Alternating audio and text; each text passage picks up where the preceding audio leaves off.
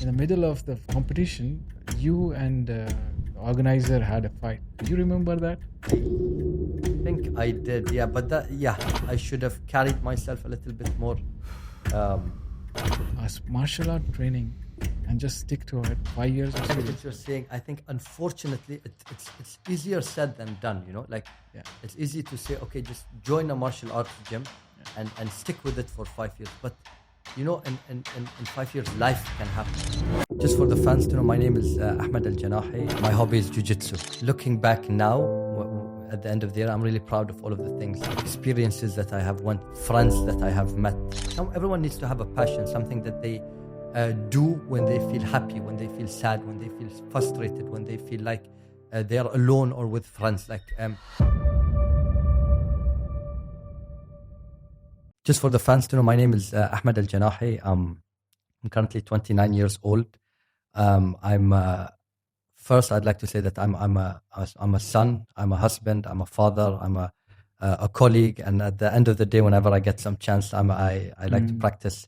My hobby is Jiu-Jitsu. So go ahead with something which is recently you're proud of and makes you feel like, okay, that's something which will inspire somebody. Maybe it's not for others to be proud of, but something that I'm really proud of myself, especially in this year, in the year 2023. I set a goal for myself in the beginning of the year in January that from a Jiu-Jitsu perspective, I'm talking, I will try to enter one competition a month. And I think that was a goal that I set for myself right in the beginning of the year. Yeah.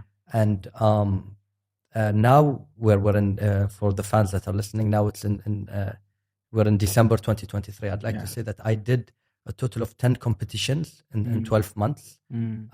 For me, that's something to really be proud of because not a professional athlete. As I said, I have so many other commitments I do outside of the gym, but to be able to stay persistent with that goal and to be able to face all of the challenges. Looking back now, at the end of the year, I'm really proud of all of the things that I have done, all of the experiences that I have went through, all of the friends that I have met, and the journeys that we have been through together through the sport of Jiu-Jitsu. I think that's something that I'm really proud of. Of course, your game gets better, you get wins, you get losses, but just to set a goal and just to see it through, maybe not 100%, but let's say 80% the way through, that's something I'm really proud of. Do you get into perfection stuff? I have to be very perfect and 100% with the move I do. I think that's part of the game. So when you enter class after the warm up and when the coach shows you a certain move, at that time, yes, you want to perfect it to 100%. Because when the coach shows you a move and you're trying to drill it with other partners in the gym, there's no resistance. Right. So I think that's the best time where you can be a perfectionist, where you can look at every small detail and focus on the angles and the body weights and how to apply pressure the correct way.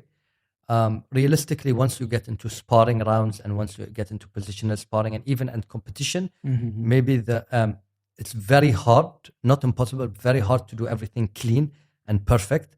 But doing the perfectionist part where there is no resistance actually opens up so much knowledge and it opens up so many areas when you want to do it against a resisting opponent. So to answer your question, yes and no. So I do it when there's no resistance from my sparring partner. I try to be a perfectionist, but I do understand that when you get into competition scenarios, whether it's at the gym or in competition, it's very hard to do everything clean. It is possible. Sometimes it does happen, but your whole 5-6 minute game can't be clean. You will make mistakes. It's part of the game. Wow, man. Who was behind you? Who drove you this idea? Gave you idea to get into jiu-jitsu and stuff? With jiu-jitsu, I think I'll say it very proudly, and I have no shame of it. I think the person that really inspired me was a guy by the name. He's a MMA fighter by the name of Hamza Al-Kohiji. He's in Bahrain. I would like to think the pioneers of the sport, like a Bahraini that actually paved the way for a lot of the amateurs that are coming into the professional scene. I say this was the person that actually motivated me. And if you allow me, I can also take you back. For sure. So all my life, I was interested in not necessarily violence, but combat. I used to watch a lot of Jackie Chan movies. I used to watch a lot of WWE back into the day. Bruce Lee fights. even MMA, I used to watch when like one famous WWE athlete, Brock Lesnar, went into UFC for the first time. That was at UFC 100. That's when I started to realize what MMA is. And then when I watched UFC 100, I started to look back throughout the early days and everything like that. So I always had that interest. But what actually motivated me to go to the gym was during my university years. I was studying abroad in Manchester. And one of my friends, I just want to say his name because he really had a very big impact. His name is Mahmoud Ajour.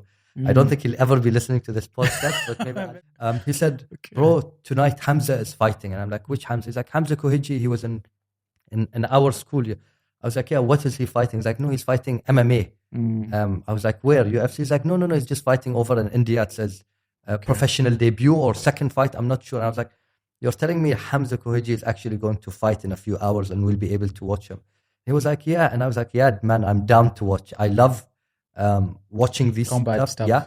And now, someone I actually know, maybe not close friends, but someone that was with me in school actually is going to do this. Yeah, I want to watch. And I saw him. He went in there. He went into the ring. I think he, if I'm not mistaken, he finished it first or second round, guillotine across the fence, like John Jones style. Wow. And yeah, and I was like, you know what? If Hamza could do this, I want to do that. And I delayed it for another 2 years. Like every time in during university years, I was like, I'm going to go now. And then I just find a way to procrastinate or just to be lazy. And then when I graduated from my undergraduate degree, from my bachelor's degree, I came back to Bahrain and now I had nothing to do. So I was like, you know what? I'm here for a few months. Let me just go into that same gym and let me train to be an MMA fighter. Okay. And I went there 3 months, trained. We did boxing, kickboxing, wrestling, jiu-jitsu, everything for MMA. And it was like, I remember leaving my first few classes and I was really tired. Like my body was so tired from the training. Like that gym was known for having really intense training sessions. But my mind was like, oh, I finally found something that I actually love. I finally found a sport that I'm really passionate about. And I don't know, somehow along the ways, I went back to do my master's degree. And the minute I reached Manchester that day, I put my stuff in my accommodation. I just put on my coat and I went to a jiu-jitsu gym. It was by the name of SBG Manchester.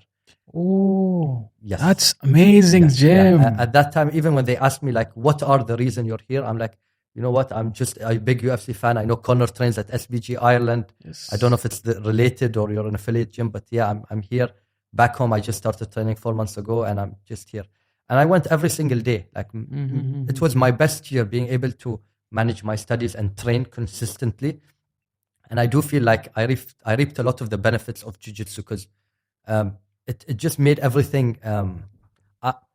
Maybe I wasn't very good with time management. I think jiu-jitsu was one of the things that taught me that, like, oh, the class starts at this amount of time. So if you're not there by this time, you're the one that's going to be missing out on the technique of the day or something, you know? Or you're going to come in late. Man. You miss the warm-ups and things like that.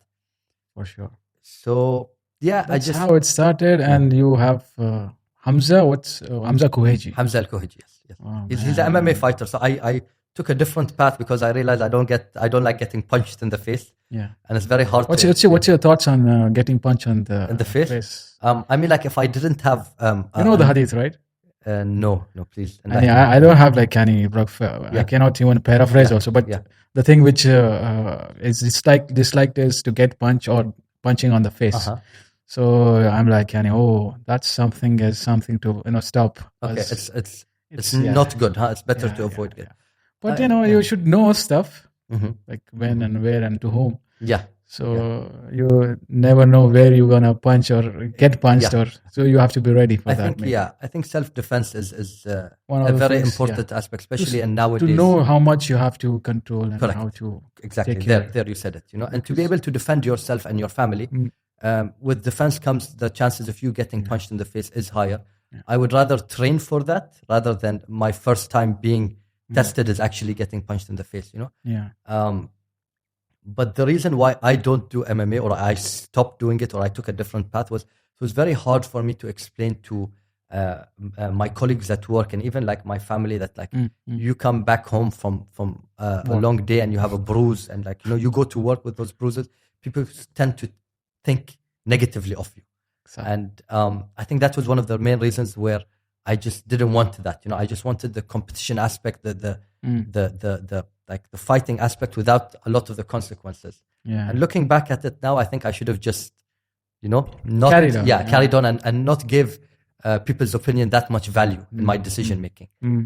It affects, man. You know, sometimes. Yeah, but that's also a lesson to learn. You know, maybe it was also a good thing. Maybe I'm not the type of guy that can fight inside the cage like others. But when it comes to jiu-jitsu, I'm not the best. But I feel like I really fell in love with the game. I fell in love with the attributes and the benefits that the game gives me. One of the things I always like to, you know, interconnect is the initiatives, possibilities. Like, you know, there is one of the stars, I don't know, maybe you know his name. He is known for the movie Venom. Venom, that's a Spider-Man movie, right? Yeah. I think Spider-Man movie, or there is an actor who acted for this, and he plays jiu-jitsu, and he represents Reorg, if you know him. What's his name, man? I'm not sure. I know there's a lot of celebrities now that are getting into. Yes, he's one of the celebrities, and he represents. Yeah, I don't want to take the name and let people really research much about it. But idea is that when you are into sports, you can use sports for initiatives. You know, to support something, to encourage something, to stop somebody from doing something which is not good for them. Correct. So, is there anything which you like to highlight, or you have in your mind which contributes from your sports? Yeah, just to add on to your point, and just to I don't know what the right word for it is, but for me personally, I think everybody in the world should have something. It doesn't need to be jiu-jitsu. It doesn't even need to be a sport. It's just something in a sense of passion. Yeah, that's the word. I think everyone needs to have a passion, something that they do when they feel happy, when they feel sad, when they feel frustrated, when they feel like they are alone or with friends. Like to be able to have that special thing that is only for you. I think that's very good for people as a whole. For me, that's jiu-jitsu. Okay. Nice. I feel like before jiu-jitsu, I was a completely different person. And now having jiu-jitsu, I don't want to be the guy that says, oh, my life has changed because of jiu-jitsu, but I can see different attributes in my life changing, and I can see my personality tweaking a bit because of jiu-jitsu. What I mean by that is specifically to my sport, I really don't think there's anything more difficult than going into a room, voluntarily going into a room and saying, listen, I'm here, I've had a long day, I've just worked, I have other commitments, but I'm here for 1 or 2 hours a day, willingly here to grapple or to wrestle other men at 100% pace. And it's not really a comfortable situation. Like most people after work want to go home and rest. They want to have food and watch TV, you know? Yeah. You put yourself in that very uncomfortable position. And with time, you realize that, now I'm at work. It's not really a big task to just sit in front of a laptop and then prepare a presentation or do your daily objectives, because you're used to doing something that is much more tiring, much more fatiguing, much more draining, and you do it willingly with passion and with love, and I think that really changed my perspective on sports, jiu-jitsu, and how I can use that to benefit other aspects of my daily life, especially when it comes into work. I feel like if I didn't have jiu-jitsu, probably I wouldn't be the person I am today Really? with work or with my family or with my wife or with my daughter. I truly believe that. I believe like Amazing. For me that's jiu-jitsu, but it could be any type of sport for any human being. Yeah. Is it because you went deeply, or it's from the sports? Yeah. I think that's just my personality. My personality is like, if I want to do something, I want to do it at 100%. Yeah. Or I do it at 0%. Throughout my life, I never had anything that's like a middle ground. When I'm passionate about something, I want to all in. I want to give it my all. Yani, we say in Arabic, like I want to give that thing its right. So if I decided to write a song, for example, I want to make sure that I give 100% effort. Or if I want to play a certain sport, I want to make sure within my capacity and within my capabilities and within my limitations that I want to give this thing 100%. When we are sparring, it's fine. You're going there, getting trained. Now the new trend is like you can learn some things online. Correct. Yes. Use technologies, use stuffs to make things easy. Do you think the future, the technology, robotics and stuff can really help? Definitely, 100%. I think the sport of jiu-jitsu, from the outside, you may think it has to do with strength or speed or other attributes such as height or muscle mass, and they do play a factor. But I think the most important thing in jiu-jitsu to get better at jiu-jitsu is knowledge. Knowing why you are doing a certain technique or knowing how to apply a certain technique can, in certain instances or most instances, be better than being a strong man or a fast man or a tall man. You know what I mean? Before, like, let's say before the internet, where technology wasn't as widely available as it is now, people would practice jiu-jitsu, but people would also travel far away to different gyms or different countries to gain knowledge and then take that knowledge back and then distribute it to their students or their friends and their sparring partners. So it was like to get knowledge wasn't as easy as it is. Like even the guys, I'm sure you know of BJJ Fanatics. It's a website where every jiu-jitsu athlete now, every jiu-jitsu practitioner available there, knows, and most people bootleg the information, so it's available everywhere. Those people saw like the two partners that created BJJ Fanatics. What they noticed was how difficult it was to gain information and how they wanted to also use like globalization to create a platform for all people, anyone who's interested in jiu-jitsu, to just go on this platform, pay a fee and get the knowledge. And I think they technically just made it really easier for people from all over the world to learn jiu-jitsu. You don't need to have a black belt world champion teaching you so you can get good at jiu-jitsu. All you need is dedication, commitment, and a sparring partner that is willing to go through this journey of learning with you. You know, and for me personally, when I first started, BJJ Fanatics was probably around, but I didn't know. I thought, okay, you know, like I needed only to learn from this teacher. This teacher is just like a traditional. Yes, he knows everything. He's a black belt, so he knows everything in jiu-jitsu. It took me a while to understand that, there's, even within the black belt category, there's different levels of athletes. And if you're a good competitor, doesn't mean you're a good instructor. And even within instructors, there's like an instructor who's been teaching for 1 year and an instructor that's been teaching for 15, 20 years. This instructor had this many world champions under his belt. This instructor had, so even different from different. Yes, it changes. And I think I learned from so many different gyms. I learned so many different styles, so many different ways of doing jiu-jitsu or of grappling in general.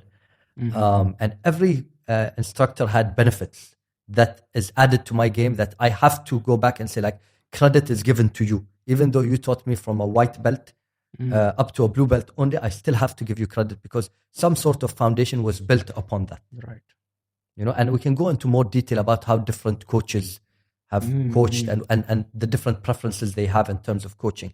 Even that is starting to develop now. Like before, the system or like a normal class would be, we'd come to class, we'd do warm-ups, we'd do hip escapes, and then we're going to do 2 or 3 positions, one from side control, one from the back, one from mount, and then we're going to put the timer on and we're going to spar. And then slowly you notice like people would do different types of warm-ups, more related to, you know what, we'll start in close guard. We're going to go do triangle, armbar, omoplata. And that's a way to warm up the body while still practicing the art of jiu-jitsu. And then people started introducing positional sparring. We're like, okay, we're going to work a week on let's say like half guard escapes. And before you actually get into the full sparring, you do positional sparring where one opponent would start in half guard bottom and the other guy would slowly give resistance.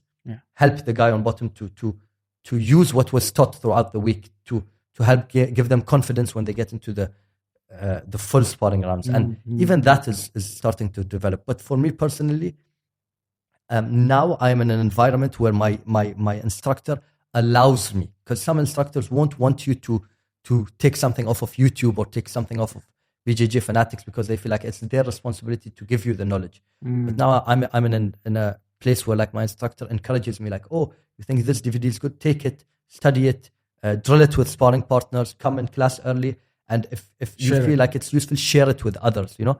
And I've been watching a lot of BJJ fanatics over the past few years now, rather than just watching YouTube videos on matches and trying to figure it out. I have a question like, mount. I want to learn more about mount. I could just Google. There's so many different DVDs. I just have to make sure I pick one that is good based on the reviews, and then I just go through the process of breaking down and learning and applying what they're showing me in the gym with a sparring partner. It's not just about online watching or anything. Now the tools are there now. Imagine, of course, we have already the dummies. Imagine, have you ever thought of like robots fighting with you, or robots having jiu-jitsu classes with you? I don't know if that's... it's possible? Do you think it's possible? I'm not sure, but I hope someday down the line, they could create something of that sort where... which is flexible enough to fight with you. Yeah. I mean, during COVID, something that became really popular was like dummies. Yes. People would create homemade dummies or order dummies to work on. And I tried to do it because I'm an obsessive guy, as I said, you know, like I want to do everything 100%. So even during lockdown, I would find ways to train, whether it was like with a dummy or just go out jogging or just... how was your training in lockdown, man? We had like certain friends that we would social distance together, and there was a garage of one of my friends that we'd go and we'd train there. It was fun times. Like my sparring partner for a few months was a 100 kg blue belt at that time. He's now a brown belt. So that was my main sparring partner. I lost a lot of rounds, but it was really fun times because we would go fix the mats up in his garage and then just like put music on and just roll for an hour and a half, go back home. Train yourself. Yeah, shower, and you don't know whether you got the COVID, if anyone is infected. So it was like really funny. It was fun times. Fun time, yeah. Like COVID wasn't fun, but the environment. Man, no competitions those days, and you were training. Yeah, and you're looking like it's a passion and you want to compete, but you know, like the whole world is on lockdown, you know. But that part of going and training with one or two friends in that garage and trying to keep that consistency with training, I think that was like what I consider to be fun, you know. And one more thing about technology, I think something that I should have mentioned as well was the introduction of the VAR system. Like you saw how that was introduced in football, like the VAR technology. Like sometimes you don't know whether a goal is actually onside or offside, or sometimes you don't know whether the ball hit someone's hand. And then they would do this, and then they would go check the cameras, and then the referee would make a decision. This was also introduced in Jiu-Jitsu because, as you know, there's a referee in the middle, and only I think when they call it third umpire or something. It's like it's another referee. Yes, they're usually for finals you'll have two referees outside. Yes. But in a big competition, there's only one referee in a big competition, and it's a first fight. There's only one referee in the middle, and sometimes they can get decisions wrong, especially when it's in the lighter weight categories and they both try to pull guard. In Amarat, they introduced something called VAR. They call it the Falcon Eye. I think that was really, really, like, it adds on to your point about technology. Like when there was a decision that the referee isn't sure about, he'd stop the fight. He'd speak to the people up that control, like referees that control the VAR, and they'd actually go back and make it slow motion and see, okay, was the decision correct? If not, fix the decision and let the fight go on. So I think that's also good because like you don't want to lose a fight because the referee made a bad decision, you know. So it should not be unfair. Yeah, I mean, this still happens now, even with the Falcon Eye, but that's also technology getting introduced into sports and specifically Jiu-Jitsu. Good point, man. And you find out like how you can fix things. So far it's fine, as long as things don't go crazy, inshallah. But the dummy robot, that's something that I'm curious about. Something to see, like if you it's can adjust the levels, maybe. I think I have seen somewhere already, like it's robots fighting or dancing, or I don't know. Maybe playing football, or also kind of boxing. You can take, a helper for you to learn the boxing moves. That can be possible. In jiu-jitsu, I don't know, man. You throwing, we need to look. Yeah, throwing and choking the robot is gonna be. What if the robot chokes you? What if robot chokes you and you tap and they don't feel it? You don't. Yeah. It's crazy. But I'm hopefully, if in the future, I don't know how many years down the line, I think that would be something that I'm willing to buy myself and to try. Huh? Yeah. Have you faced some challenges when it comes to training? Because COVID was one of the challenge. Everyone had a setback and came back. Also, it's not like such a difficult one. Yeah. But sometimes you get into injuries and coming back, it's so difficult. I think alhamdulillah, in terms of injuries, challenges that prevented me from being able to go to training and to go compete, alhamdulillah, nothing of that sort. I've had minor injuries, but I think that's for contact sport, that's a given. You'll have bruises and bumps here and there,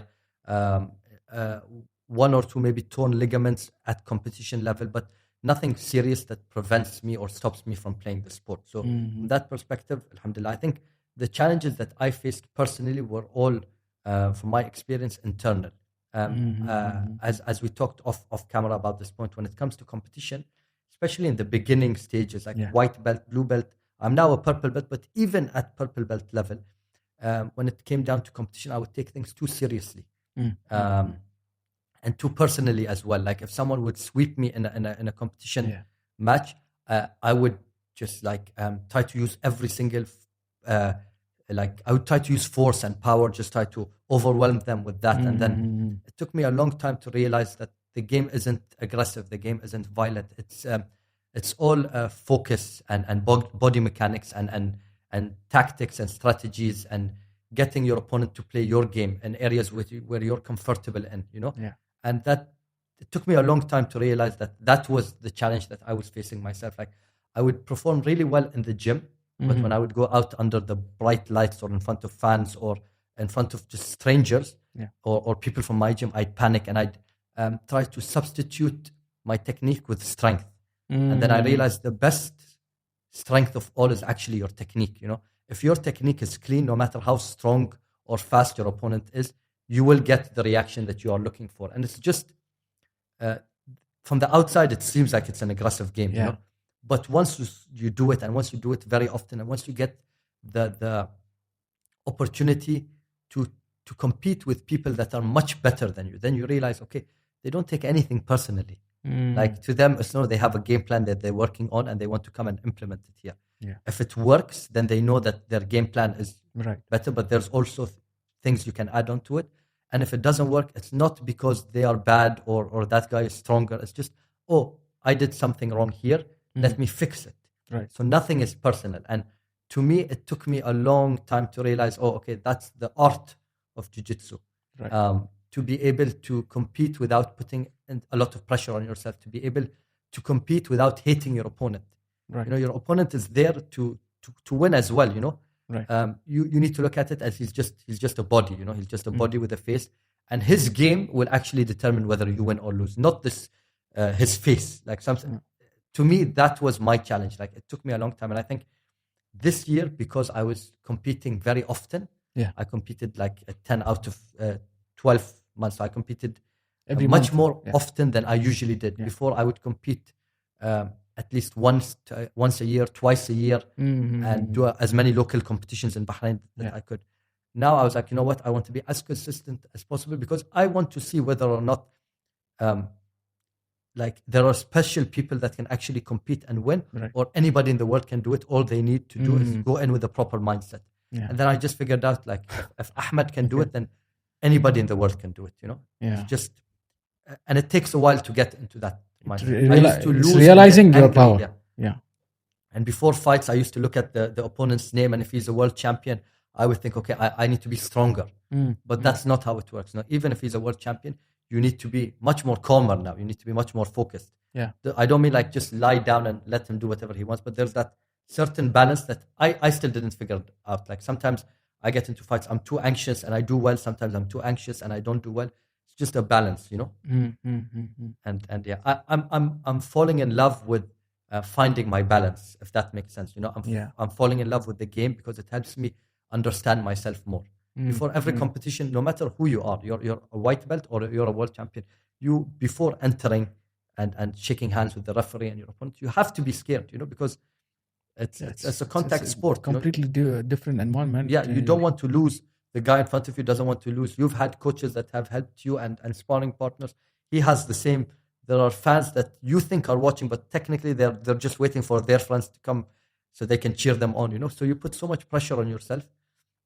And then I'm just realizing, that's just everything is internal, Let me just focus on the things that actually matter, When we fight, okay, what positions am I going for? What are his counters? How can I counter his counters? And then that's where you actually you just catch yourself halfway to a match thinking, you know what, this is actually fun.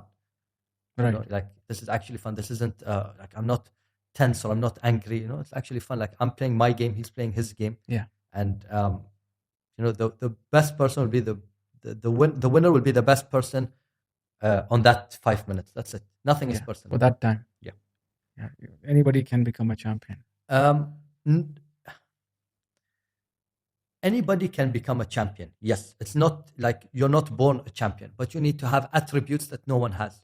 You need to have consistency. You need to have dedication. You need to have describe a little more, because I agree with that. Yeah. When you say anybody can become champion, it's a bold statement. Yes, but no one is born a champion. Yes. To be a champion, you have to go through things. I think most people are not willing to go through. Put an effort to it. Yes, but there are certain things that if every human being had these characteristics and they wanted to become champion, they could. But the reality is these characteristics are only given to someone based on what they go through. Yes. So you need to have certain attributes. You need to be confident in yourself. You need to be consistent with your training. You need to forego other forms of satisfaction and just focus on your journey and focus on being a champion or a world champion or whatever it is. You need to have support, even if you don't have support, but you need to be consistent and dedicated in your craft. Yeah. You need to put in so much effort, knowing that you may still not reach the level, but you're happy with going through the progress. And I think life rewards people that go through these things. If you see the belief system, NLP is something. Yes. It's very fascinating, area. When there is nobody to pull your leg or pass on opinions on you. Let's say first few competitions of mine are I don't care, and I'm just going there and I'm just fighting for it. So slowly things come to your mind, this guy is very much trained. I will go and check the opponent's background and everything. You're filling up your mind, and the mind is playing with you. It's tricking you. Correct. So someone with a strong belief that you don't have to check those things and just go for it. Correct. And imagine such people who are not that much trained or put efforts, they're achieving it. Correct. You have that idea, right? Yes. You wanted to share something. Yeah. So I think just 2 points. Let's break it down. Even that person that you were talking about that says, you know what, I'm not even going to check the names. I'm confident in my ability. Definitely back in the day, he checked the names of their competitors, but he's gone through the experience. Yeah. So probably when he was a white belt, he would check the names. He would try to cut down weight so that he could be at the strongest in that division. These are things every single competitor, I think, should go through. But when you stop, that's your limit. But if you continue to go and you continue to go, you will reach to that position where, you know what, let them check for my name. I'm confident now with my abilities. Yeah. But you're not born with that. No one says, here's some jiu-jitsu, keep it in your pocket. When you go into competition, use this move. No. You have to go through trials and tribulations, as they say, to reach to a point of confidence. Yeah. And for me, I did 10 competitions in 12 months. One of my head coaches back in Manchester, I thought 10 out of 12 was a very big achievement. It is for me. But when we compare with the rest of the world, when we compare with the professionals, there are guys who are going weekly, maybe. Yes. My coach did, or one of my head coaches back in Manchester did 160 matches. Wow! I don't know how many competitions, but he did 160 matches, and he's broke it down statistically. How many matches he won? How many matches he lost? How many he won by submission? How many he won by points? Oh. If by submission, what are the top 3 submissions? Analytically. Yes. And then when I saw that, I was like, okay, there's levels. There's so much more for me to do. 12 out of 12 is not enough anymore, you know? Yeah. And okay, yes, that guy is an instructor. That guy is, like I have to say his name, Matt Inman. He's an instructor. It's his life. He teaches jiu-jitsu for a living. It's life, yeah. But that does not mean that what he did is not impressive. Maybe to him, that's nothing. Maybe the year before he did 200 matches. I don't know, but you know what I mean? Like, it's different for everybody. I'm sure Matt Inman, before he enters competition, he's still scared, even after 160 matches. Yes. But I'm sure he has so much experience he gains that also helps him. To cover Maybe it keeps the fear to a side. And he's like, you know what? I did 160 matches. The confidence is there. Technically, I think he's much more focused on the technicalities of the fight rather than the fear of fighting.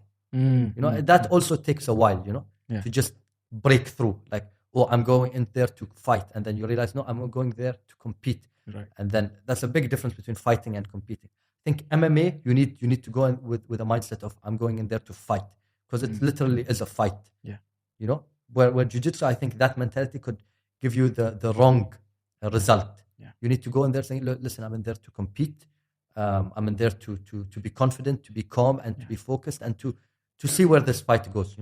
So do you see any comparison where there is a difference between it's already a combat? We consider BJJ as combat. Yeah.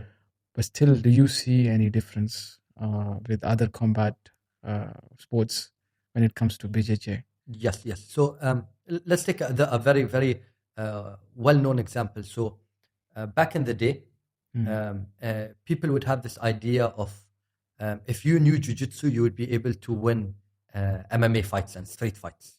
Yeah, it was kind of proved kind of thing. It was proved, but again, we go back to the very important word. Jiu-jitsu is not strength, it's not skill, it's knowledge. That guy was able to do that because he had knowledge others did not have. But now when we talk about globalization, now guys we talk about know it. People know. People understand what jiu-jitsu guys do. They understand, the close guard is something that jiu-jitsu guys prefer. And there's arm bars, triangles. But those people, now that they anticipate that move, it's easy for them to counter. Yeah. And I think the rule set matters as well. So this was a point. Interesting. I was speaking to someone about this point. So let's say you have a pure jiu-jitsu guy that competes at a very, let's say, moderate level. And you have an MMA fighter that also competes at a moderate level. And you put a timer on for 5 minutes and you ask them both to grapple. And you say that the jiu-jitsu guy will go and jump guard and pull the guy in his close guard. So the jiu-jitsu guy is on the bottom, closing the guard on the MMA fighter. Yeah. And you put the timer on. In the jiu-jitsu guy's mind, because of the competition experience he has, he's in a dominant position. Yeah. Because in his rule set, close guard, the guy needs to stand up. The guy needs to open the guard. The guy needs to take the bigger risk. Yes. But from the MMA guy's perspective, he's like, you know what? I'm in close guard. I'm in ground and pound range. There's no penalties for stalling. Yes. So I can stay here and start. So one guy's in close guard, the other guy's on top. They both think they're winning based on the rules that they compete at. Trained for, yeah. And then the 5 minutes is over. And then both guys think they won the round. Or both guys think that the other guy should have opened up more and took more chances. So I think rule set is very important. Who will be the winner for this case now? Depends on the rule set. So if you're talking from an MMA perspective, I think the guy who is on top, even though he's in close guard, he'll probably have a better idea of defending arm bars and triangles from the close guard, and he's in striking range. Striking it, yeah. But if you take that same scenario and you do it in a jiu-jitsu fight, the jiu-jitsu guy will be much more comfortable because he knows, okay, he's going to stay here. The MMA guy is not going to move. The referee is going to touch him, and then he's going to start penalizing him. So then that guy has to react. As long as he's not, the MMA guy is not stopping. Yes, yeah. But in close guard, you have to stand up or you have to at least attempt to open guard, which may give the jiu-jitsu guy a better advantage. Yeah. It also depends. The variables also depend on it's the level tricky, of because I have seen one of the matches of Tiger. You know Varun, right? Yes. He was on the inside the guard. Yes. But he did not allow the guard to stay longer. Yes. And he tried his best not to get into a position of who is in the bottom. Yes. Yeah. So he tried his best to stand up and yes. and stay stopping him for doing anything. Yeah. any triangle or armbar or anything. And at the end, he won the match. So it was 0-0, but he was trying to stand up more. So the referee gave it to the guy that was working hard. Or, maybe the other guy was just trying to pull him and try to do something. But I felt like still I could not understand that much. But since he was able to control the fight, maybe the referee gave it to him because he was working harder since it was 0-0. Another example is like when I go to MMA gyms and I spar with MMA guys, when we start standing, it's like, okay. Now he's much more confident in the standing up part. Because his whole mind is, I will need to take you down, but I always need to be the guy on top. Because in bottom, I'm susceptible to strikes, And when I pull guard on MMA fighters, they look at it as like, what the hell is it? But to me, when I do it with jiu-jitsu guys, it's like, oh, you're dominant. I like the way you pulled guard. They have an appreciation for the guard pull. And in an MMA context or a wrestling context or even a judo context to a certain extent, there's no appreciation for the guard pull. For sure. Again, the rule sets determine. So there is a difference and depends on how you really going to take it. It depends on what perspective you're looking at it. Excellent. And now things are becoming very much commercial about BJJ as it's getting trended everywhere. It's become more of commercial and more difficult for somebody to get started so easily. Gym itself is a challenge for a lot of people. They think a lot. Okay, I have to join a gym and I have to buy some protein and I don't know, supplements. They are stuck in that level 1, I would say. And then next level comes, it's like, let's try some combat stuff, which all of us might have tried. Like, let's try something boxing and Muay Thai. And you spend on the gloves and stuff on the trainer or the PT.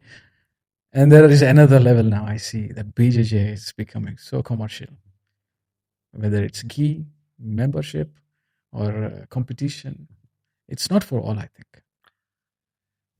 I think the core benefits of jiu-jitsu is for everyone. I think the commercial aspect comes because gyms are, frankly speaking, end of the day, businesses. Like a gym, when you they have to run. They have to run. They have to find ways to keep the lights on. If they gave you gis for free and they trained you for free, how would that guy make a living? I think gym owners or head instructors in a gym, the thing that they have that they can offer, the few things that they have, they can offer jiu-jitsu techniques, and maybe they can offer their experiences inside, like competing, if that's what the student is looking for, or more about self-defense, or just some students are also attracted to the way that instructor will carry himself, and they would want to be like associated with that type of character. But that guy, end of the day, has to make money, and he has to feed himself and to feed his family. So, understandable. If a gi costs 40 BD for that to happen, he's going to keep it as 40 BD. There is no instructor in the world that says, listen, I'm going to train you for free. I'm going to make you a world champion for free. Why? Because I like you.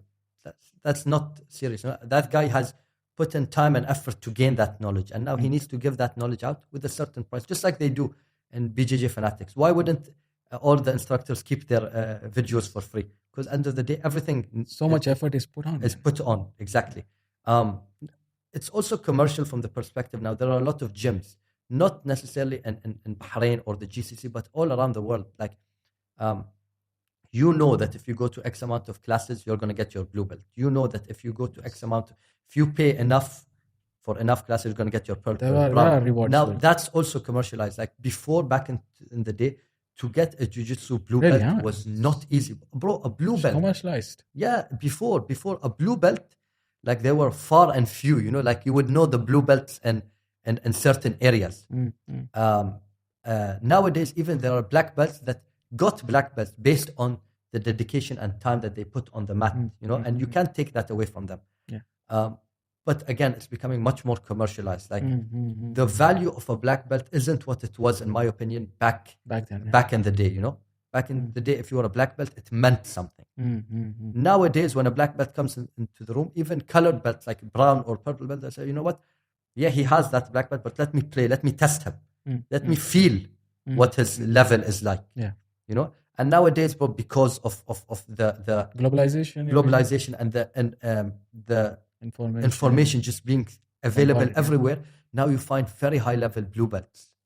Very high level blue belts. Like they started relatively, like they started much more later than the black belt. But maybe they started with a better foundation, with a better coaching system. They may have saw the good DVDs that fall into their game. Now even these blue belts or purple belts can give black belts a tough time. Especially in the nogi world where you actually don't know what his belt is if you don't ask him. You know, if you go into a gym and then the class is nogi, then you just go play. You don't know, is he a blue belt, is he a purple? All you know is he's good or he's not good. He tapped me out or I tapped him out, you know. So even that belt system in nogi is slowly is being washed away. Now you find blue belts that win, or blue belts or purple belts that win ADCC trials. You know, it's because of the information and the different ways of coaching. Everything's just exploding right now, in my opinion. Yeah. So I think the commercialization factor now is required, and also it depends on the person how he takes it. Correct. So for me, I think instead of wasting my money on self-development courses out there, a lot of them, man, a lot of them, yani, it's like every other day you will say there is a course and there is something. I wish I had something like this kind of training, BJJ, a few years back. I wouldn't be wasting my money on some courses, which is like always putting you on check. Always, okay, I'm wasting my time. I have to get into time management stuff. And you get all the tools and books and I don't know what. You are spending a lot of money on those things also. As martial art training, any martial art training, you just take one of them and just stick to it like 5 years or so. Trust me, that's like, you know, you're spending, saving a lot of like money, maybe thousands of dollars, instead of going for self-development courses. Because you're learning discipline, you're learning time management, you're learning so many things in there where you will take maybe ages to implement in your life. Because for that also you need motivation. I don't know. Sheesh, man. I mean, this is... what's your experience? I get what you're saying. I think, unfortunately, it's easier said than done, you know? Like, it's easy to say, okay, just join a martial arts gym and stick with it for 5 years. But, you know, in 5 years, life can happen. So many different things can happen. Like, let's put aside injuries. Responsibilities change. Life changes. Nothing in life is constant, you know? So it's to be able to continue and to be able to stick with it even as life changes. I think that's what is very hard for a lot of people, and I can understand. Yeah, that makes sense. You know what I mean? I can feel the pain. Yeah, because like you have an injury, now you're out for 3 months, and now you're like, okay, I want to go back, but I'm not feeling fit. Let me go to the gym for a few months, and then in gym you meet a friend, and then you find a different interest, and then before you know it, it's 2 years that you stopped and you moved away from jiu-jitsu or whatever that passion may be. That's why black belts are the black belts they are. Like, to be able to stick with something for so long as the world is continuously revolving and changing around you, and your commitments change, your responsibilities change, your preferences change. Like, getting a jiu-jitsu black belt is, let's say, a minimum, or not a minimum, an average of 10 years. You could get it lower, you could get it higher than 10 years. Let's say it's an average of 10 years. Let's say you start at 20. By the time you're 25, you're a completely different person. That's 5 years in. And then you have another 5 years to go. You know? So imagine you starting something at 20, and then by 30, you're a different person. Yes. Like, maturity level is different. Experiences happen, good or bad. Your maturity happened. You've had ups and downs throughout that. Sometimes your up can take you away from the sport. Sometimes your down can also take you. So I'm still not a black belt. So I'm saying this still understanding that maybe tomorrow will be my last class ever, and then I can't go back for whatever reason. I can't go back. But this you eye opener, man. Yeah, but the minute you get your black belt, that's when you start. That's when the journey actually starts. Yeah. So all that 10 years was just preparing you to be a black belt. And a black belt, in my opinion, a black belt can mean so many different things. It does not mean world champion. It can mean dedicated. It can mean humble. It can mean teacher. It can also mean world champion, you know? So even like a black belt around you doesn't mean you have the greatest jiu-jitsu possible, but you have certain attributes that are great.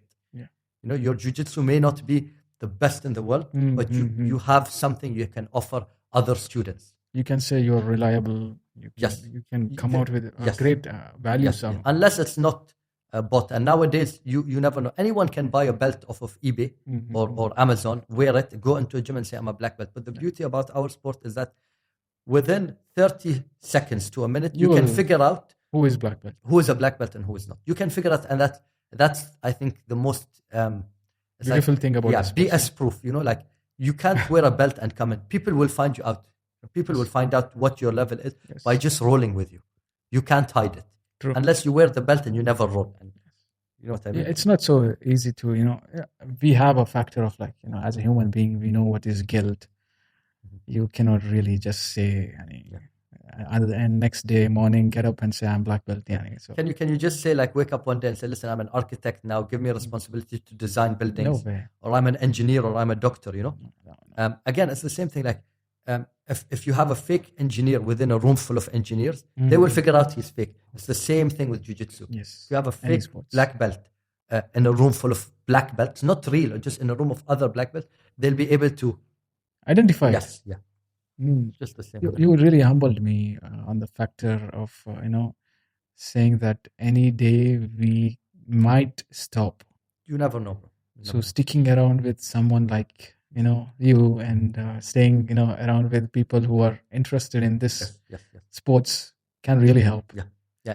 Going back, I wanted to say something. You just brought something to my mind about the gym that I'm currently in, E7 Grappling. But before that, just to give you an example, like there were many times where I would go to an open mat and I would see a black belt in like, for example, one of the gyms, and an open mat. He's from another gym. He's a black belt. You can see that he has 3 stripes. But for some reason, he's out of shape. He hasn't been as consistent as what he was back in the day, Yeah. And then even black belts that are legit black belts, life can also happen to them as well. Yeah. Like it's very hard. Like even if you get your black belt, doesn't mean that if you stop for 2 years, you're still going to be a black belt. No, your timing is going to go. Your sensitivity for the positions is going to change, So even real black belts, if you just, for some reason, they don't get to train as often, they can lose their technique, can lose the speed or the memory. They can lose like the timing. Maybe they have the knowledge is there, the understanding of positions is there, but the timing and the cardio is definitely going to be affected. Because I have seen few players when they come back.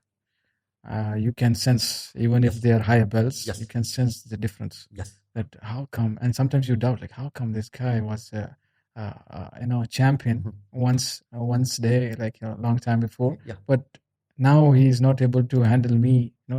You feel you kind of like, oh man, even you can also become. Yeah. Everyone's human at the end of the day. Yeah. Everyone is human, and I think it's the beauty of jiu-jitsu, in my opinion. Like to keep you humble. If you are sharp now, if I am sharp today, if my jiu-jitsu is good today, it doesn't mean because I woke up good. It means for a X amount of time, I have been really putting in the work. Yeah. But if for whatever reason, la samahallah, something happens and I cannot train for 6 months to a year and then I go back to the mat, I won't be the same person. Is there any technique or anything which you can, like, maybe, and this is my idea that, okay, I will keep visualizing the movements, don't stop watching the videos. I think Renzo Gracie said that. I think I saw one video where Renzo Gracie said, I'm not sure if it's Renzo, I'm 90% sure, something along the way. He got a big injury and then he would go to the gym every day and he would sit down and just watch. Yeah. And just watch. I think even Gordon was. I think a lot of trainers. Yeah. They don't stop. They just go there. They just go there. They're still in the environment, just like you said. The people around you. You need people around you that if they feel like you're a little bit going far because of an injury or because of life, they get to pull you back into the room. No, brother, where are you going? Like we're halfway there. Yeah. Stick with us. Let's go through this journey together. Sometimes it's very important to stay with such people. Yeah.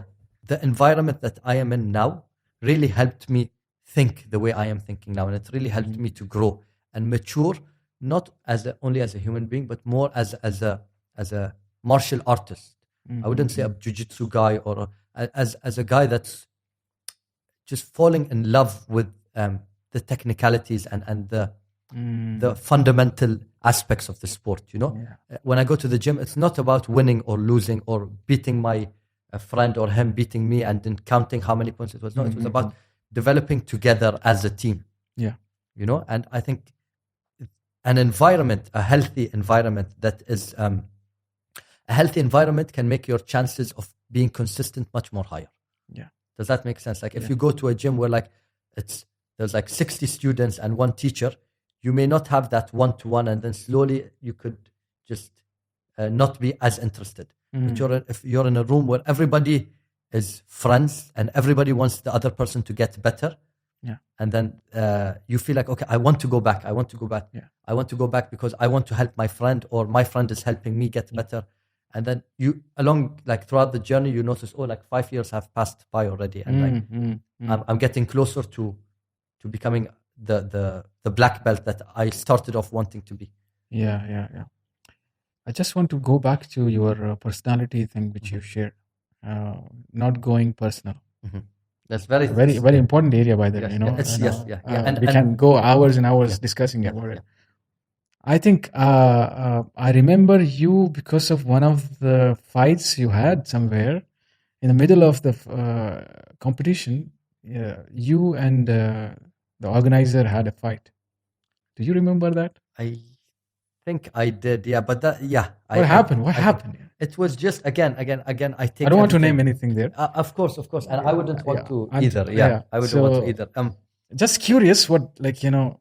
I think again it just goes back to. Did you go personal about it? Personal, of course, 100%. The minute you get into like an argument with a referee or a judge or whoever, that's when things have to absolutely be personal. I think I was going in there wanting to compete. I haven't competed in a long time. Maybe the person that I was going to compete against was also a friend, so that technically adds more pressure.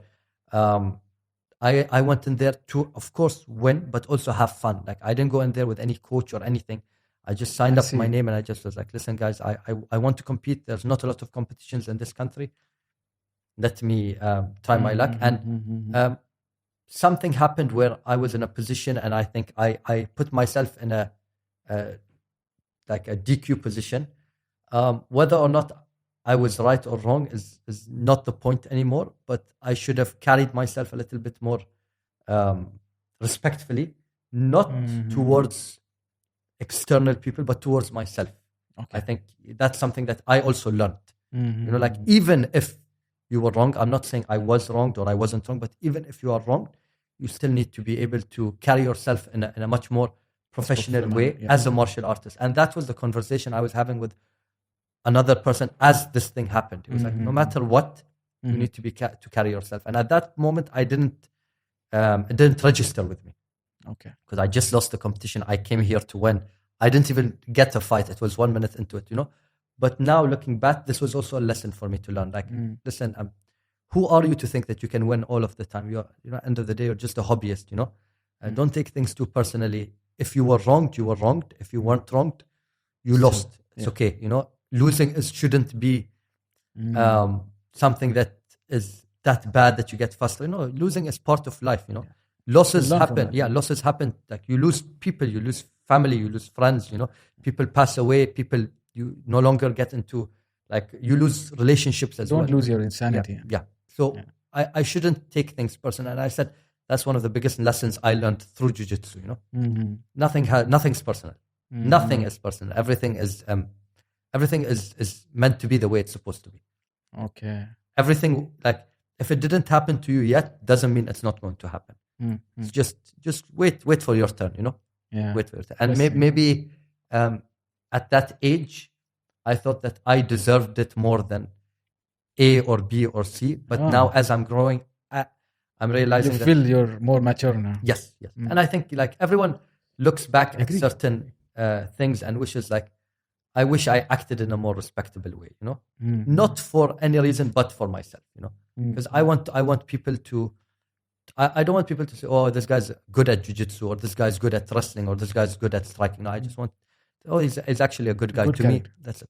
That's more than enough, you know. Good human being. And I'm grateful that it happened in jiu-jitsu and not in work. Does that make sense? You know, Okay. I'm grateful that I learned that lesson in jiu-jitsu and not at work. Because in work, if you take something too personal, you could end up losing job. Yeah. You know, here I ended up losing a match. A match. Yes. You know, and maybe a few people looked at me the wrong way. Yeah. That's it. Doesn't matter. Doesn't matter. You know. Yeah. And again, it will come back. More lessons will come. More victories will come. More losses. More lessons. It's just it's part of the jiu-jitsu journey that I am absolutely in love with. You know. Interesting. You know, I observe things. You know, so a lot of people asked me that question. It's not like, you know, I had any bad impression about you. Yeah. It's something to like see, like how was your response, you know? Yeah. I don't even know like what really happened. Again, no one even is interested also. Again, exactly. Like so, no names have been said. Yeah. Not a lot of people are going This to is the respect we have in the sports for. And again, I wish I carried myself differently, no matter what the result was. I wish even moving forward, that lesson, I wish I could apply it not only to jiu-jitsu, not only to life, but even when I go back home to my wife, my daughter, my parents, you know.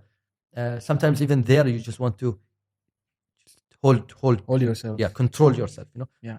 Again, it just comes with you have to make mistakes first. You know? Before going to that, something came to my mind, which is respect in the sports. You know, we treat it like we are one body in the sports, which is what we are taught in Islam also. Like one body, we are like a whole. You know, so same thing you see in this area also. You know, you can compare it with other sports of the combat. We don't see that. I think have you come across like the MMA guys who tell that okay, they respect each other, but I doubt like the way they use the language and the fights happen. Again, not blaming anything about their sports or showing something low about it.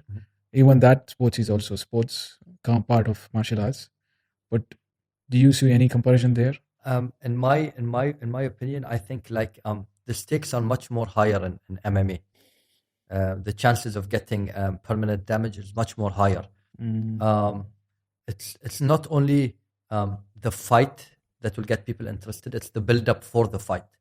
So the more animosity there is between two, or the more the storyline is interesting, the more people are going to watch it, which means the more money in your pocket. So the incentive to be a little bit more disrespectful is there, you know, and you can see like people actually now displaying a certain character in MMA, you know, so that they can attract more people, so that they could get more people to pay attention to them, whether it's to be like their fans or to be like against them, you know, just the more people that watch you compete, the more money you make. That's the way it is in MMA. And I'm sure the adrenaline is 1,000 times higher than jiu-jitsu. I know a lot of MMA fighters that during their off season, they may want to compete in jiu-jitsu just to feel the competition aspect of it. But when they finish from the fight, they're like, I wasn't very nervous. Usually for my fights, for my MMA, I'm much more nervous because there's punches involved. There's like, you know, you can shut off someone's. It's a minute game. Yeah, it's much more like it's a different level of risk taking that you take. Jiu-jitsu is much more calmer, you know, like okay, you could get hurt. Of course, it's a contact sport. But to be able to control yourself is much more easier. And with MMA, sometimes aggression could win you the round, or sometimes aggression could win you the fight. With jiu-jitsu, aggression could give you an advantage, but I really do believe possibility of losing it is more. Yes, I really do believe that it comes down to focus, knowledge, and having a good strategy when it comes to jiu-jitsu. And MMA, maybe it's much more chaotic, but there's always is a respect. Like even if you like, there always is a respect. Like even if you notice, the way respect is given could be different. From an MMA perspective, before the fight start, touch gloves. That's a sort of respect. They touch gloves even sometimes 2 or 3 times, like, or 2 or 3 rounds later as a sign of respect, you know? I know a lot of MMA fighters that no matter what their intention is before the fight, after the fight, they come together. They understand this is a sport. It's an aggressive sport. I needed to be in that certain mindset to perform at my ability. But now the fight is over. The winner is decided. There's no reason not to go out and grab a burger together. خلاص. Now we know each other very well. It's the same with jiu-jitsu, just the adrenaline, I think, is much more lower. You know? It's the same thing. So I think respect is there. It's just... but I think only in case of Khabib is different. Even recently, like you've seen, like there was a UFC fight where a title fight where Colby Covington was fighting against the champion Leon Edwards, and Colby said something about Leon's father who passed away. He said, like, I'll see you, like, said something very, very mean to him. You know, and the fans were all like, how could you talk about someone's dead relative and things like that, you know? And Colby was like, no, this is my opinion, this is my actual opinion. It can create some controversy, you know? You still don't know whether he wanted to sell the fight or he just actually genuinely thinks that way. I think even press conferences create that drama. Like, imagine if Khabib and Conor never had a press conference. I don't think it would have escalated to the way it escalated, you know? Maybe the bus incident would happen. Maybe they would still tweet bad things to each other. But to get to see each other to try to sell the fight, that's where wrong things could be said. And then that's when consequences happen. You know? It's part of Alhamdulillah, in Jiu-Jitsu, we don't have a press conference. I think now the things I think it's getting influenced also. In Jiu-Jitsu. There are certain characters that play that role. Again, ADCC is kind of is going that way, I think. Heading towards, building up that kind of influence. I mean, not necessarily ADCC, because ADCC is just, they're just like, they're event planners to a certain extent. They make the event. They won't give anyone more money if he talks trash or not. It doesn't work that way. But in MMA, if you talk trash, you're paid? In MMA, if you're a champion, and you get paid by pay-per-view points. Wow. So it's no matter, the more people look at you, the more money you get. Yeah. And then people realized, oh, if I am the nice guy, people wouldn't pay a lot of interest in me. But if I talk trash, not necessarily being disrespectful, but if I can do anything to attract more people and make people watch my fights, whether they like me or they hate me, if I'm a champion or fighting for the belt, then yes, I do get paid on pay-per-view points. So end of the day, even jiu-jitsu fighters, they do it for the money. They do it to attract people, to follow them on Instagram. Although they don't mean it. I don't know what's inside them, but I'm assuming hopefully they don't mean it. Gordon, he really accepted this fact. Yeah, I think Gordon is in a position now where he doesn't talk trash. He just talks facts, and people think it's trash, you know? Like, Gordon is currently one of the best no-gi grappler here, and could be arguably one of the best of all times. Yes. You know, yes, he started talking trash in the beginning to gain that recognition, to get fights with people that are looked at as higher than him. But now, once he's in the top of the mountain, he's just talking facts. He's just like, I beat you, and I said I was going to beat you with an armbar, and I beat you with an armbar. This is fact. He's specific. Yes. Yeah. So, you know, like, he got that. Now he's making a lot of money. I think he's the highest earning jiu-jitsu athlete. Yeah. How about people making money in jiu-jitsu? So you think people can really? You have to be the best. You have to be like the best of the best of the best. Like, there is, again, just like there's different level of black belts, there's also different levels of professional athletes. Like, you can go and make a living and make a good living just doing professional events and making money and winning cash prizes. But there's levels above that as well. Like, there are competitions that are extremely competitive, you know, and only the best of the best of the best will have a chance to make a living off of jiu-jitsu, but not necessarily winning cash prizes, in my opinion. I think it's mostly winning, like, let's say Craig Jones, he wins an ADCC, or let's say Craig Jones submits a jiu-jitsu legend. Everyone's like, oh my God, Craig Jones just submitted this legend. Let's call him for a seminar. And then that's how Craig Jones makes money, through recognition. Yes. And then, oh, he's such a good teacher, let's buy his BJJ Fanatics DVD. Yes. And then he makes money that way. Or the other way is like, okay, you reach to a certain position, you have knowledge, and now you say, I'm going to open a gym. And then you can make money that way. I think these are the two main ways to make money. There are ways, but through teaching. Through teaching, not necessarily like teaching private. I mean, like teaching at a gym. So if you don't own the gym, you just teach there. You'll make enough money to just pay off your expenses and just live normally. You know, especially if that's your only job. I think where you get to make more money and you have like, you can have the ability to save is when you have a gym that you own that is established and it's been there for a few years and you have good reputation. That's the right word. You have good reputation and people want to learn from you and people are attracted to come to your facility and learn from you and use your facility. The other way is just to win a lot of competitions, get recognition, and then sell DVDs. Like John Danaher, I think that's how he makes a lot of his money, through selling DVDs and private classes. Right. I don't think he does a lot of seminars or competes.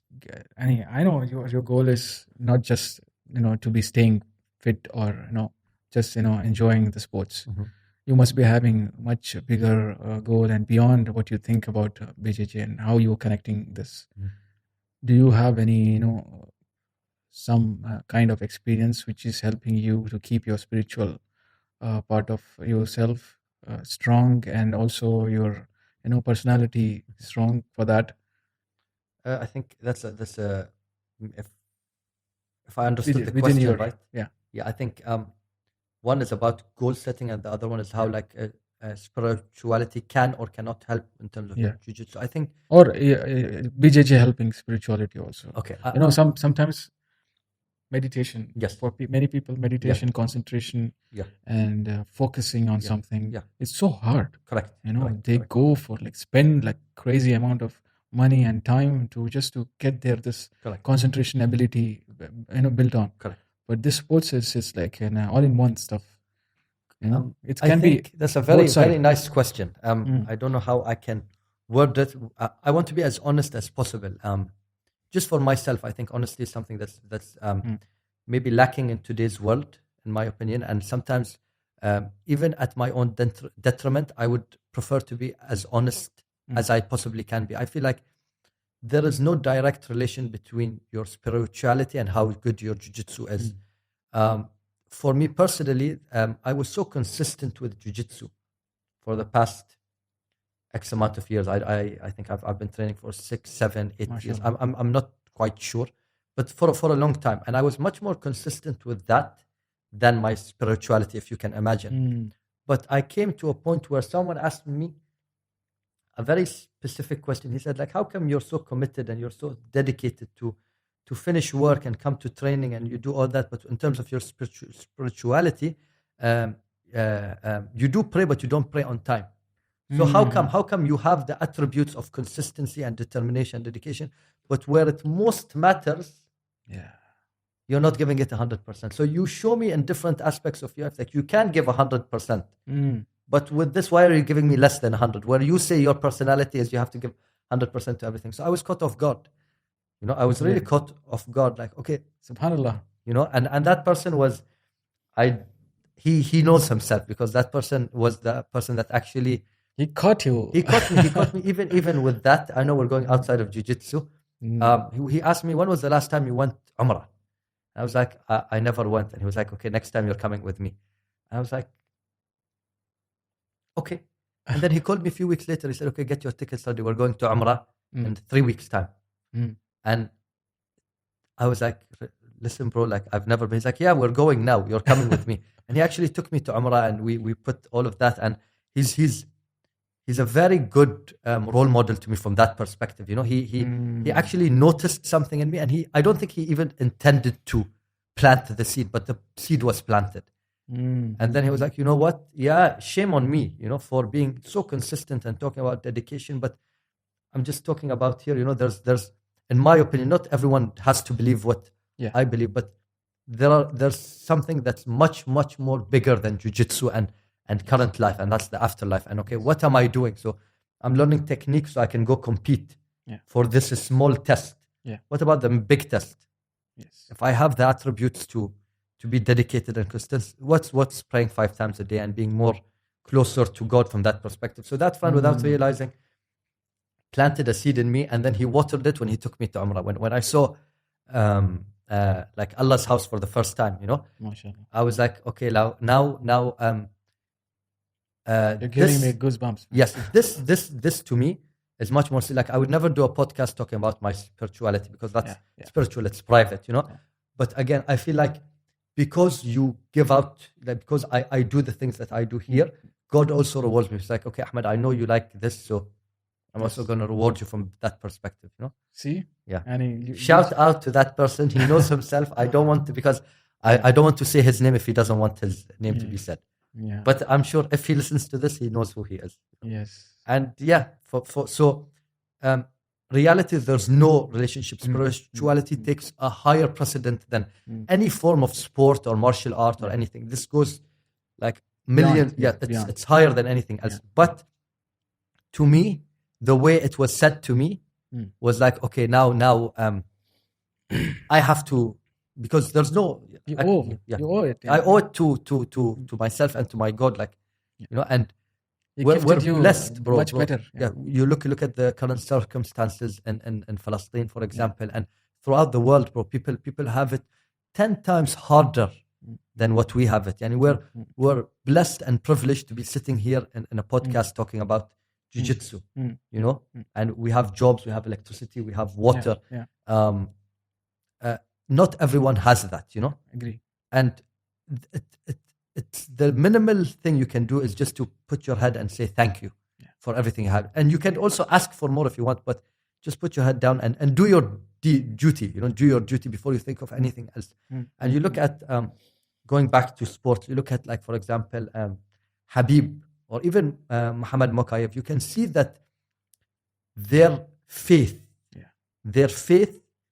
in what they believe in allows them to go 10 times bigger higher, because they have faith. They have faith that even if I lose, this is what was asked for me. This is my test, you know. And when your faith is that strong, then you can create miracles, you know. Yes. And you see Habib, like, how many times before Habib have you seen a fighter say, Allahu Akbar, I am nothing, this is all because of God.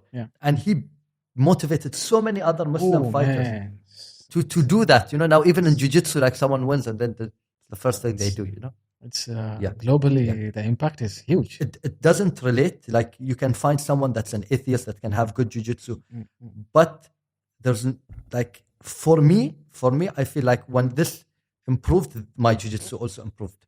But I don't have any scientific fact. Like, I don't have to explain it. This is, again, we go back to, I think you do your best when you're at peace. Yes. You know, and maybe this makes me more at peace than without it. So. Same thing happened to me, you know. When you're getting into injury, it's not that it's a bad thing happened to you.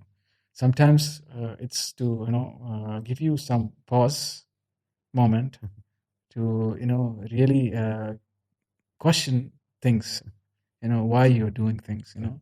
Sometimes you have to really clear up your mind, because sometimes things come to your mind and it fills your mind with the junk.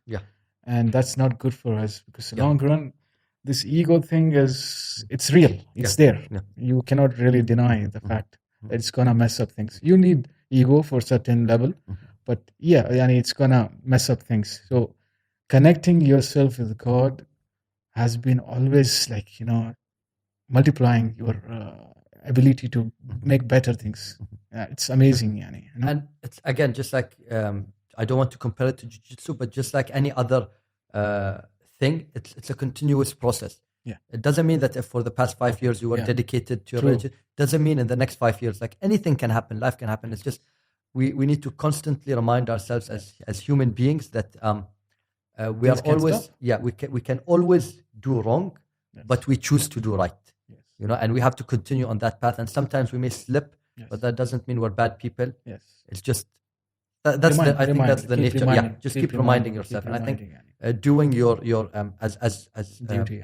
As Muslims, I think doing the duties that we were set out to do as Muslims, like pray 5 times a day, fast, give zakah. These are just ways of us reminding ourselves. Some of the things. I think, and I'm not discouraging any religion. Even any religion, they can go back, and if they check, everything goes back to one God. And if they are able to connect with that, nothing else is required. Exactly. It's very easy. It's not so like in a rocket science. It's very simple stuff. So that might be helping with your life or not. And at least that thing is very important. Correct. And now about goal settings. I never in my life said, that my goal is to be a jiu-jitsu world champion. I mean, it's always nice to say that you're a world champion, but I also am realistic enough to understand that to be a world champion is not something that is going to be given to you just because you do believe. Yeah. You know, it takes so much. You need to like give everything you have into it to become a world champion. Yeah. Unfortunately, right now with my current circumstances, I do not have the luxury of giving everything that I have into one sport, into one like into jiu-jitsu. I have other things that are to me as important as jiu-jitsu. Jiu-jitsu is just the tool I use to better all of the other things that I have in life, you know. Yeah. But sitting down and talking to my coach about this, and my coach said, listen, being a world champion is nice, as I said, but no one is going to love you or hate you more because you are a world champion, you know. Yeah. So it's nice to set a high goal for yourself. Come into training, and for that 1 or 2 hours, treat your training like it's a professional job. If you have the luxury of doing that, treat it like it's a professional job and enjoy the journey. And then any titles that come along the way, whether it's a regional champion, national champion, world champion, Asian, whatever titles may or may not come in the way, that's a product of your hard work and dedication. But if not, it doesn't mean that you are not, in my opinion, it doesn't mean that you are not successful or anything like that, you know. So I think my main goal is just to be a good son, a good husband, and a good father.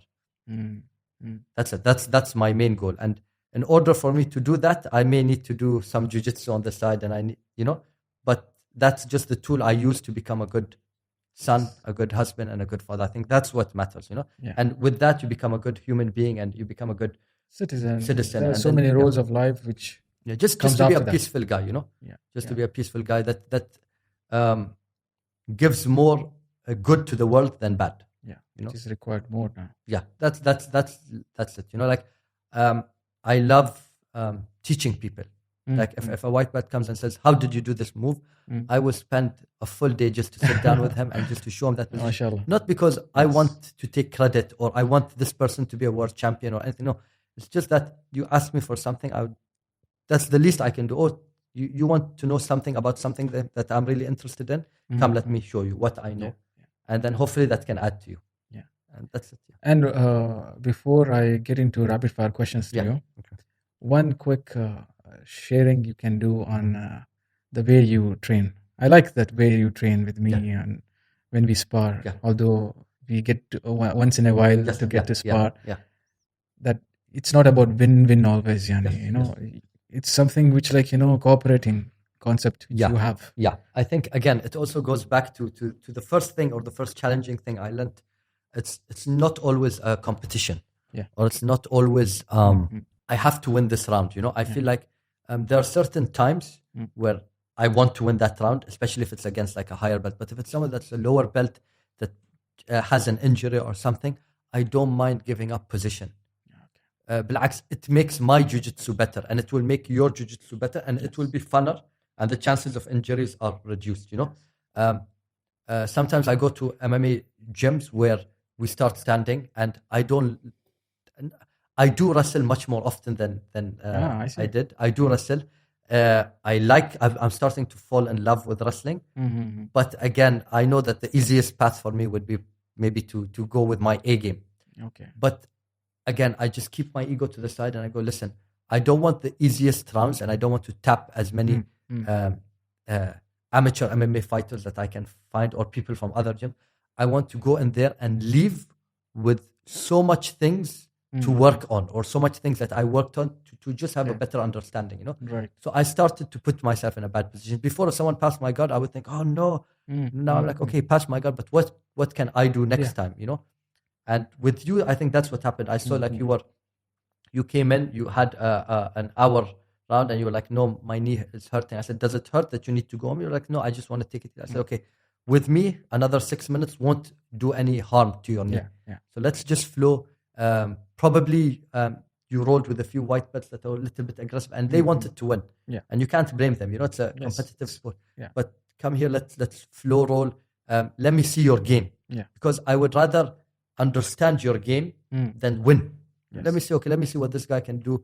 Maybe I can take something. I was like, oh, okay, he passes. The first question I asked you was like, are you are you left-handed? And you were like, no. Well, I was like, because most people pass here and you're passing here. Yeah. No, and we just flow rolled. You swept me, I swept you, you took my back. And it's just, no ego. We left, both of us are happy, both of us are friends. Learning something. We learned something, I've noticed that when I was training in Manchester, when I was a white belt, most of those high-level black belts at that gym trained that way.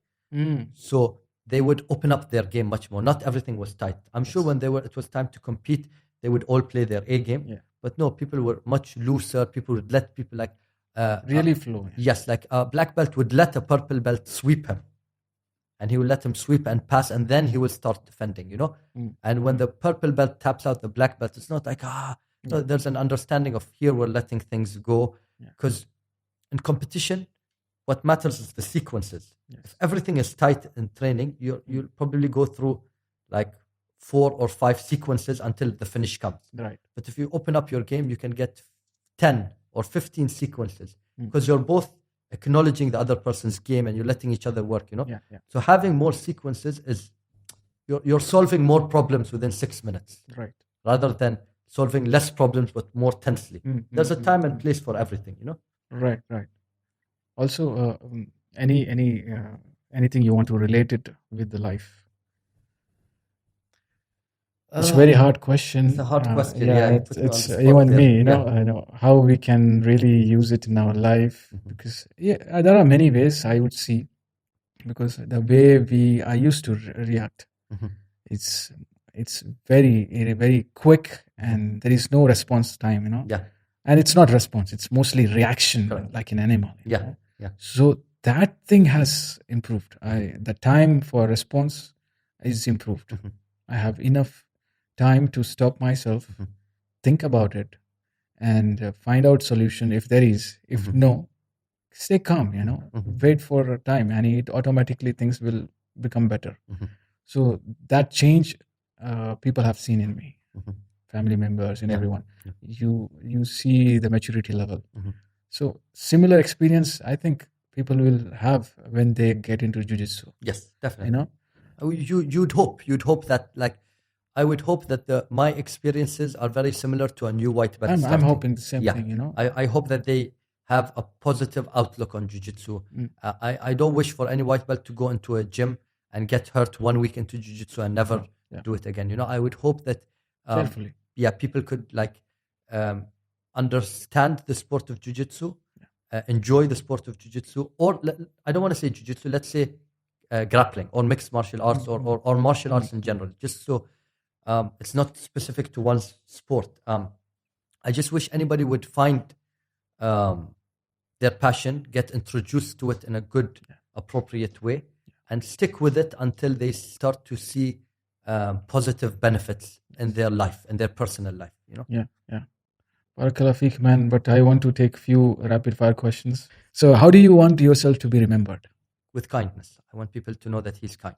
What are you most grateful for in your life? Top 3. My parents, my wife, my daughter. How long does it take for you to trust somebody? To trust somebody? Yeah. Very difficult. Like I have a very small circle, and it's if anything, it's just going to reduce over the years. It's not going to expand. It's not that I have trust issues or anything, but I've learned throughout the years that the smaller your circle is, in my opinion, it's just like you just need a few good people that know you well and know what you have been through and know where you want to go and that are just with you in that journey. They don't need to help you. They just need to support you. So I have a very small circle. I'm friendly with everybody, but people that I will call to talk about my problems or if I need help, they're very, very, very small. Like I can just count them with one hand. Very small. You take time. Yes. So I think that's also, so I know it's I think a lot of people may have perceived like Ahmed to be maybe arrogant or stubborn or it's just that I'm really antisocial. Like if there was no if jiu-jitsu could be done one-on-one, I would do it one-on-one, It's just that the thing that I love involves a social like social event where I have to go and talk with other people, but I'm really a very closed off person. Very like extremely closed off. Really, huh? So what do you do when you are angry? I think Good question. What I do with that when I'm angry is that I get frustrated. I don't. I think when you're angry, you're angry. You know what I mean? I think when you're angry, you're angry. I think the question would have been, how do you calm down your anger? Yeah, I don't know. I try to calm down. You know, I try to, like, when I'm angry, I think the first thing is realizing that you're angry and realizing that there's 100 different ways to resolve it besides being angry, and then just try to control my emotions. Yeah, you're trying to control, but there is big difference before and now. Yeah. Thanks to the sport of jiu-jitsu, yes. I wasn't really an angry type of guy. I'm never usually angry.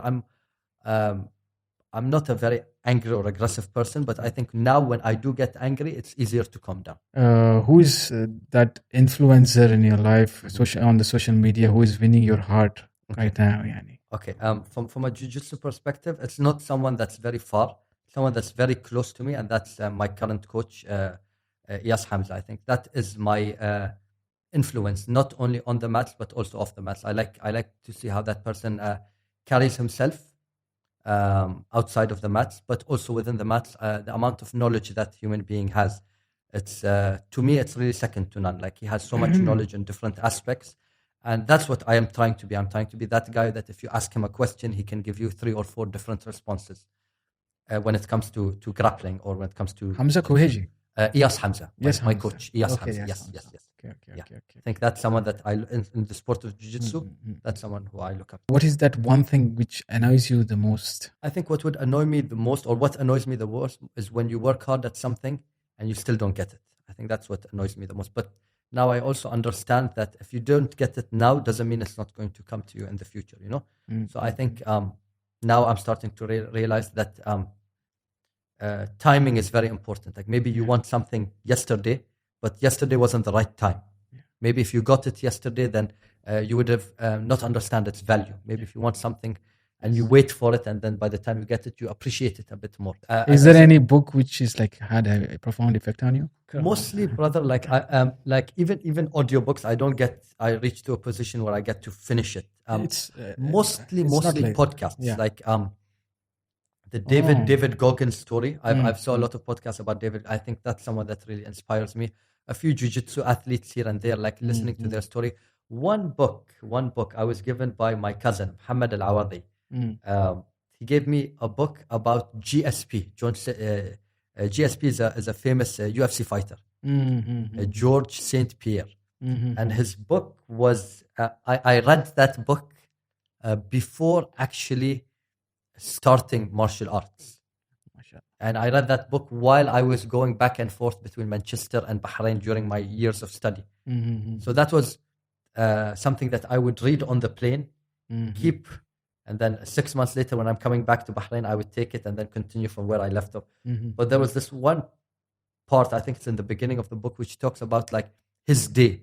So he just, the book starts where he just comes back home from a long day of training, and first thing he does is takes off his wet clothes, and then he puts them in the laundry. And then and that's something I can relate to now, because everyone that does jiu-jitsu, the minute they come back home, that's the first thing laundry. They do, And then the way he explained how tired he was when he was laying in bed after a long day, I could only relate to it after I entered into like the martial arts world, you know, where you, after a long day, you literally come back home, put your clothes in the laundry, and then just lie on bed from how tired you are.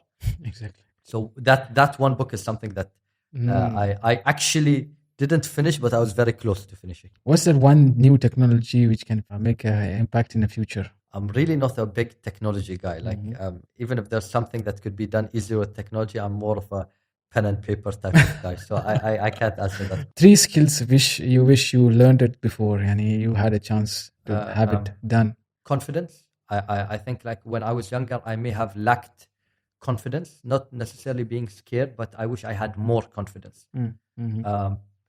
Patience. I think now that I'm growing up, I'm realizing the value of being patient, so that you don't get angry, you don't get frustrated, you don't. When things are going bad, you just sabr. Sabr is something that's very important, I think so. And the third one would be charisma. Like I wish I was more of a charismatic and again, it falls back to confidence. MashaAllah, you are already a charismatic speaker, Habibi. So No need to worry, and you're doing it. Okay. I hope I don't know, bro. Yeah, I acknowledge that. This is something I acknowledge. Too harshly. No, yeah. But I sometimes you need somebody to acknowledge, We'll know from the comments what they think at the end of the day. When I say happiness, what comes to your mind? Daughter. Leader or a follower? Follower, unless it's my time to lead, which is not any time soon. Okay. So I follow now. Last time you were most emotional? On the trip back home from Dubai, I was on the plane, and then I had the chance to just sit back and look at all of my pictures from when I started jiu-jitsu up till that moment. So it was one of the only times where I actually was going through years of photos. Emotional. I got emotional, yeah, bro, because people who knew me before jiu-jitsu, now when they see me now, I don't know if they could tell, but I can tell. Like I can tell that I've changed for the better, and I hope that continues to be there. And it's not because of me, and it's not because of jiu-jitsu. It's because of both, and the God has put a lot of good people around me that have been guiding me and lifting me up when my times were down. Yeah. Certificates or experience? Listen, experience. I'll tell you why. Because when I was in school, they told me go get your degree to get a good job. Yes. And then I got my degree, and then I got my master's degree.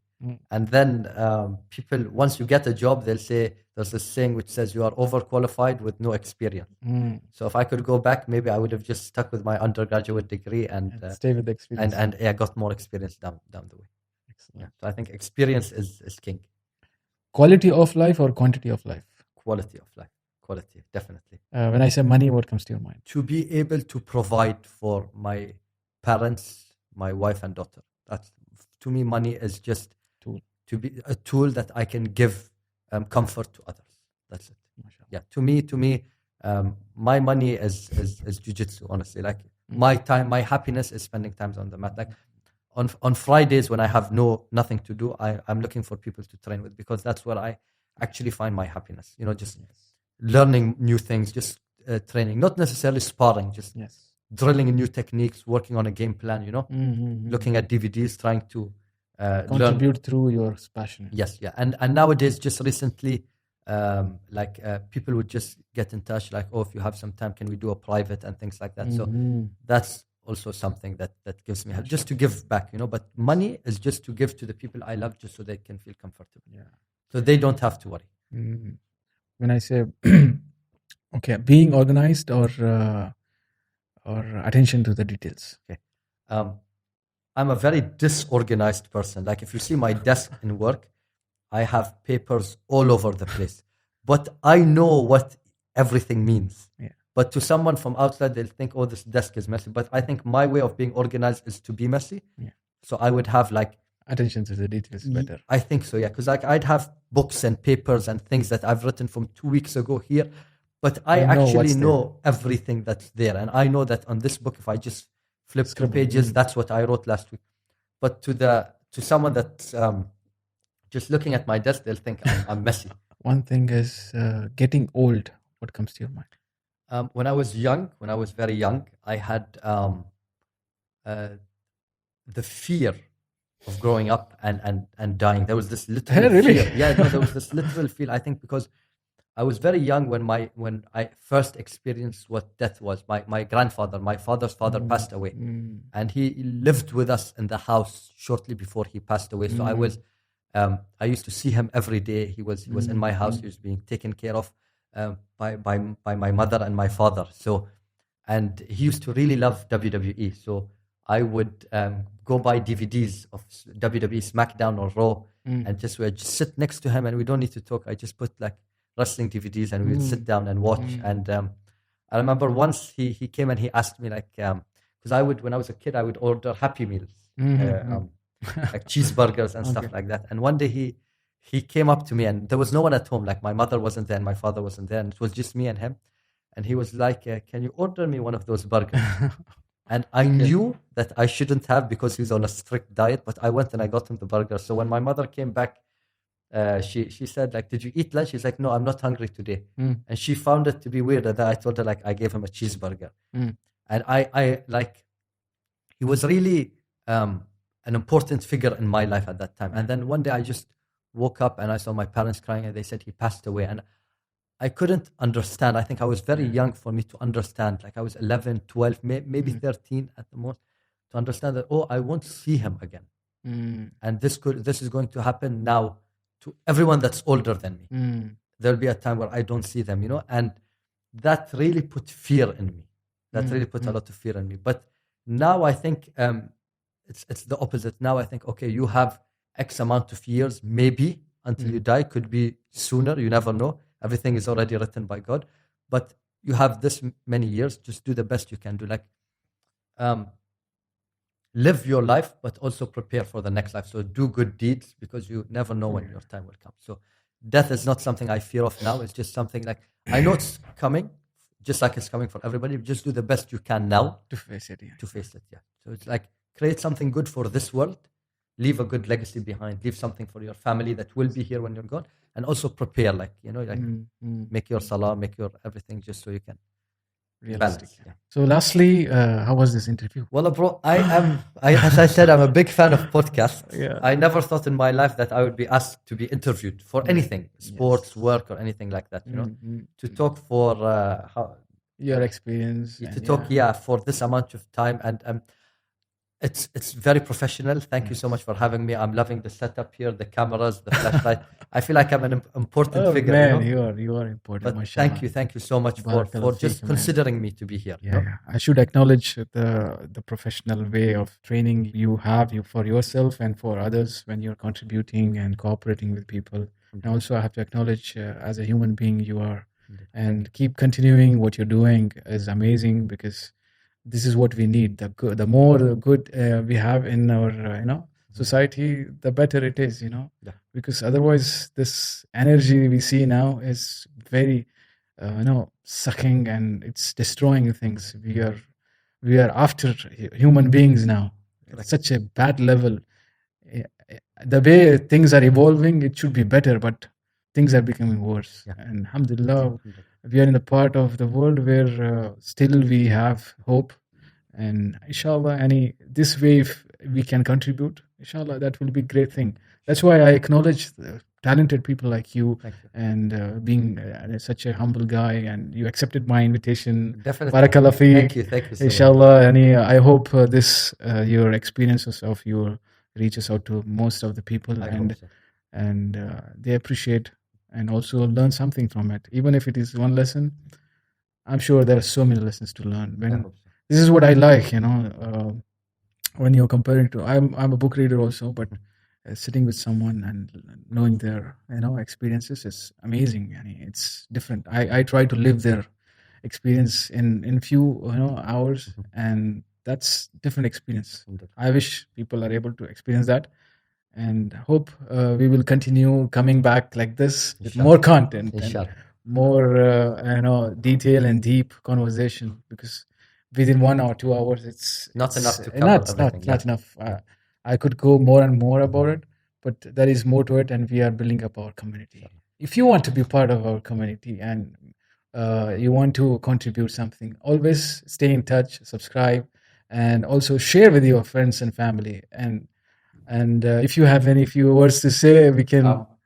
I think this is just the time for the shout out. There are certain people that I just want to give my thanks to. Of course, for sure. Family is of the utmost importance, so that's without a doubt. But I'd also like to give a very, very big shout out to every single person at E7 Grappling Academy, and I'll tell you why. Because I've been training there for a little over 2 years now, and I'm really thankful for all of the lessons that I have learned from them in and off of the mat. I don't want to name names just because I don't know if they would like their names to be said publicly. But someone that I would like to name as my coach, and I just wanted to say in live for him to know, and hopefully he'll be listening to this, that thank you so much, because there were times where I thought that this sport wasn't meant for me. But thank you for always believing in me. Thank you for guiding me. Thank you for being my friend. Thank you for traveling with me 5 hours by car to go compete against someone that the chances of winning were in my opinion, slim to none. But thank you for always being there. And just thank you to all of the students and the instructors at E7 Grappling Academy. And for anyone that ever has a question about Jiu-Jitsu, please feel free to come and join our gym. We would love to have you, and we would love to train with you. Barakallah feek. Barakallah feek. Thank you so much, and see you in the next episode. Salam alaikum. Salam. Thank you.